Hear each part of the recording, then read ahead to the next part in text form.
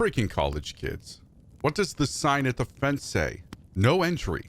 What does this here say? He pointed at the text sprayed across the main door. No freaking entry. You think we just put these up because we don't have anything better to do? Like you? You really have nothing else to do but to snoop around things you have no business in. He sighed. Now look what happened. Look what you did. What your awesome idea brought you. Morose yelled after I finished explaining what happened. First thing he did when he arrived was to check the service tunnel and make sure it is closed. He didn't even talk to me. He just ran there and made sure it is sealed and locked. He was an average-looking guy, probably in his mid-50s, but I think people would say that he looked older than he really was. What is this place? I asked. You have no idea, he said, stood up and walked to his car. What are you doing? I'm going to save your friend, and you're coming with me. You will do everything, exactly as I say, and nothing else. Stay quiet. Try not to exhaust yourself. The air is not circulating, and you'll burn all the oxygen and suffocate. You will stay tethered to me by this line. He lifted what looked like a small retractable winch. When I turn off my light, you will do the same immediately and you won't move. He continued and pulled out a shotgun from the car's trunk. Are these going to help? I asked. To an extent. But don't use it unless I tell you to, he said and handed me a pistol. Last thing, do you know how ozone smells? He asked, and I nodded. Good. If you smell ozone, run. I started considering whether this was a good idea when he chained and locked the door from the inside with a massive padlock. This is the only way we can keep them from getting out, he said when he noticed me watching him. Hell, of course this was a bad idea. Worst one I've ever had. So let me rephrase. I was contemplating whether I would ever see that padlock open ever again. Am I going to get a key? I asked, watching him close it with a loud click. Sorry, I have just one. But don't worry, I'm right here, he said, sliding his hand across the line that we were connected through. The tether reeled back and forth between us as we walked through the service tunnel. It gave me some sense of security. I could be sure not to get lost and separated from the only other person nearby. It created a sort of weird rhythm with the diesel fuel that sloshed around in the large canisters we carried. Our first stop would be the generator room on the other side of the main entry hall. The generator rattled and hummed as it slowly started spinning up. Did you see it? Morose asked. Why? We have some time for talking until it turns on. Did you get a good look at what took your friend when it happened? No, I answered. What is this place? I asked again. He stared into the air, sighed, and explained. It was originally a military stockpile in the 50s. In the late 70s, it was then repurposed into a research site. Anything that was too crazy for the public to know about, they've done it here. And it was some screwed up stuff sometimes. Then, they had this project about teleportation. They even rebuilt half of the facility to house it, and that's when it all went to hell. How do you know all this? I asked. I used to work here, he said. So what are these things? I asked. They are... He turned. He started, but then brushed it off. I don't know. I was just an assistant. Is there someone who knows? Not anymore. Everyone who knew, well, let's say they never left this place. And how did you get out? The engine clutch engaged with a click, and the generator finally came to life. I didn't. I took a sick day when it happened. The lights turned on for a brief moment, and then shut down again, as the circuit breaker popped. That's okay. We can't spare the power for the lights. We'll need it someplace else. You'll see, Morose said. Whatever happened here? Whatever killed all the people down here, and God knows how it was all connected with the Chernobyl disaster. He wasn't there. He took a sick day. He took a sick day. Come on, kid. Let's go. We were at the lab security checkpoint that me and Alex closed earlier during our escape. Remember, stay as quiet as you can now, Miraz told me, and we slowly opened the blast door. To our surprise, light blinded us immediately, something shining right at us. I took a step back while my eyes adjusted to the light, and then I finally saw the source of the light. Alexi's flashlight. I went to pick it up, but Miraz quickly stopped me with his arm and pointed into the blackness of the corridor in front of us. For a moment we stood there, silent, and then I thought I heard something in the distance. Miraz immediately turned off his headlamp and gestured to me to do the same while he went to crouch in the corner. I followed and turned off my light too, but we were still lit up. Alex's light was still on, illuminating the room. Miraz quickly cursed, quickly went to grab the flashlight, and then it was dark. Completely pitch black dark. People say that when you're under stress and you lose one of your senses, the other one's heightened to compensate. It's true. Or maybe it was just getting closer. It doesn't matter. I heard something drop to the ground with a muffled splat, then a few irregular footsteps. Not like footsteps of someone walking with a pair of shoes. It was like someone walking barefoot. Flesh on concrete. And they were getting closer. I instinctively grabbed the gun Miraz gave me, hoping I wouldn't need to use it. It was now so close that I could hear a slow, raspy breathing. I think I even felt a cold breeze on my face. Inhale and exhale, in and out. I don't want to think about how close it was. Then something slammed into a wall down the way we came from, with a crash and the sound of glass and plastic breaking.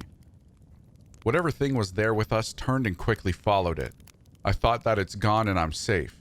Out of nowhere, suddenly a hand brushed against me. I almost jumped and screamed, but the hand quickly moved and grabbed my mouth, preventing me from making a sound.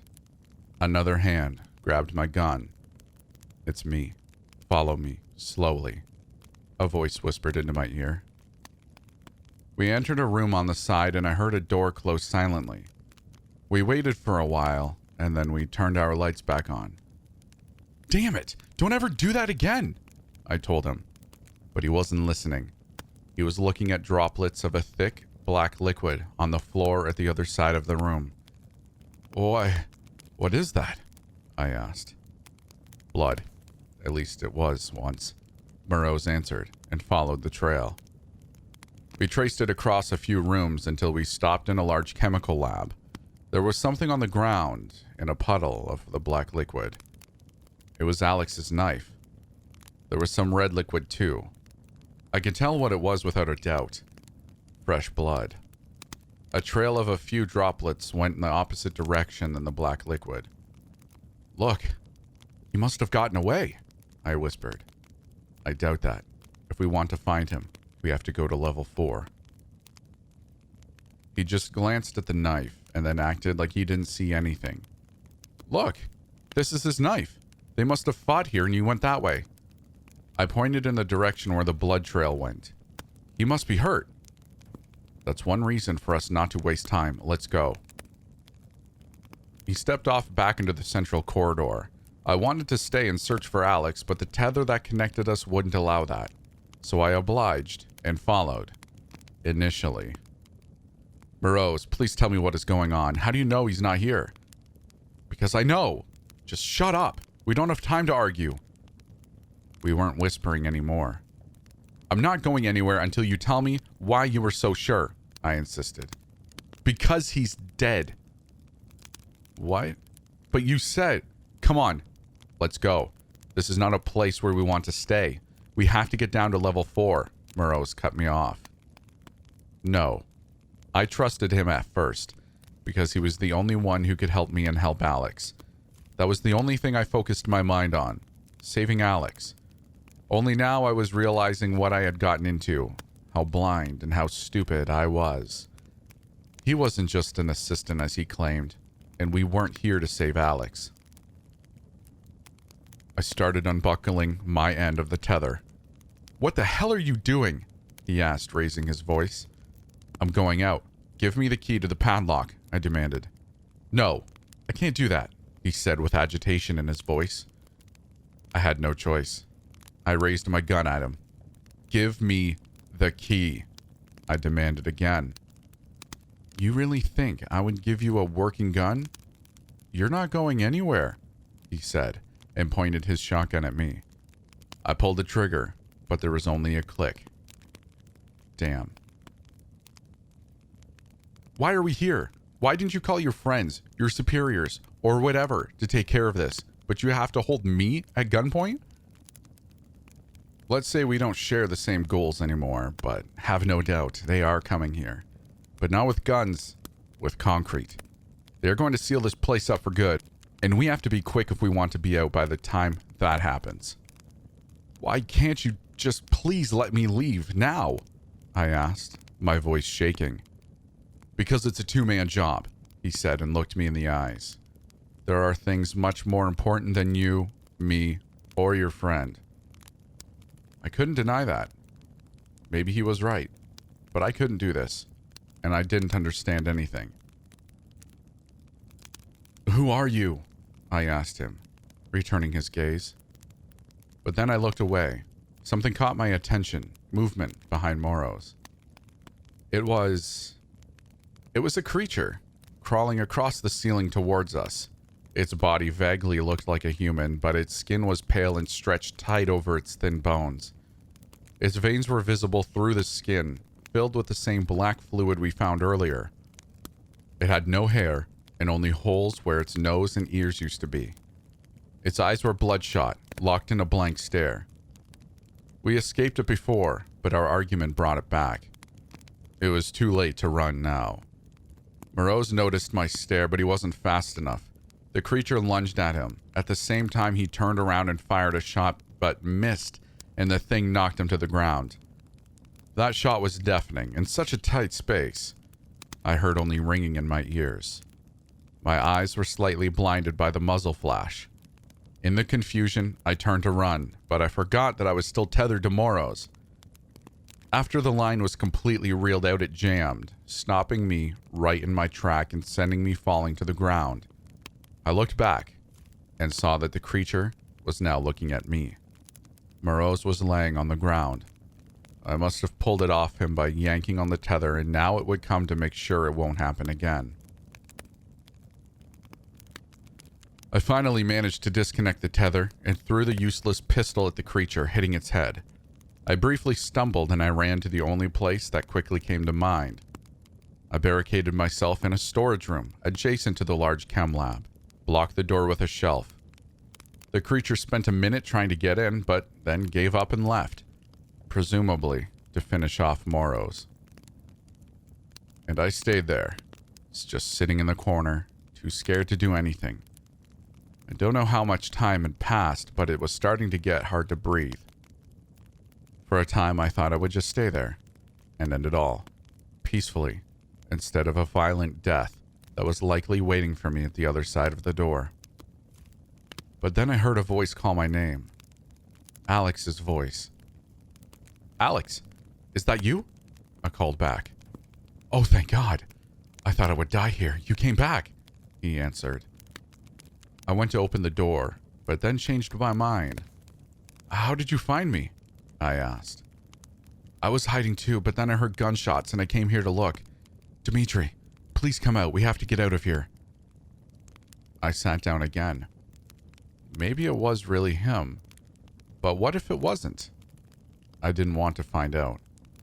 No, he said you were dead. I saw blood too. No, it isn't you. It can't be. What? I don't. What are you talking about, Dimitri? One of those things got me pretty good, but I'm alive. Dimitri, just please come out and let's get out of here, he pleaded.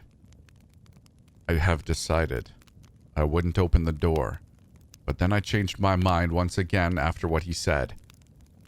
Dimitri, do you remember the cherry tree? I knew you would come back. We used to play at this huge cherry tree when we were kids. We used to climb it all the time, but one day, I had this idea to make a bet. Whoever gets the highest wins. I got almost to the top, but then I realized how bad an idea this was. The branches under me were too thin, and I knew they could break under my weight any time. But Alex didn't want to lose.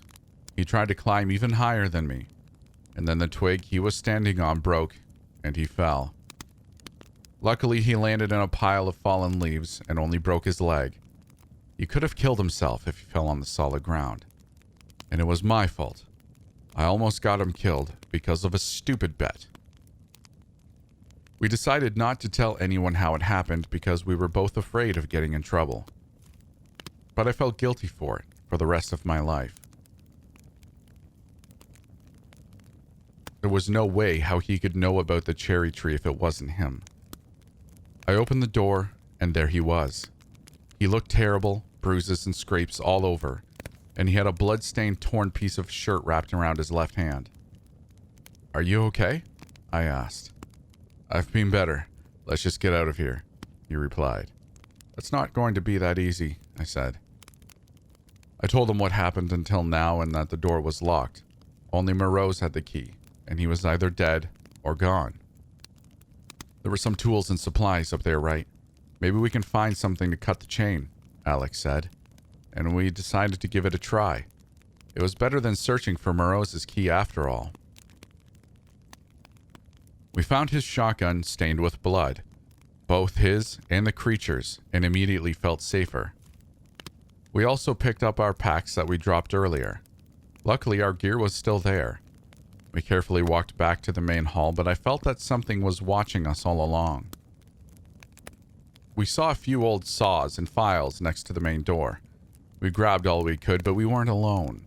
The inhabitants finally decided to make their move. One of the thing creatures crawled out of the stairwell. I aimed and fired. It fell down from the ceiling, twitching like a dying insect.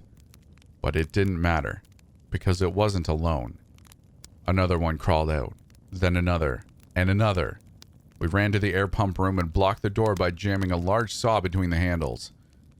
We worked quick because we knew it was only a matter of time until they got through, or came through the vents.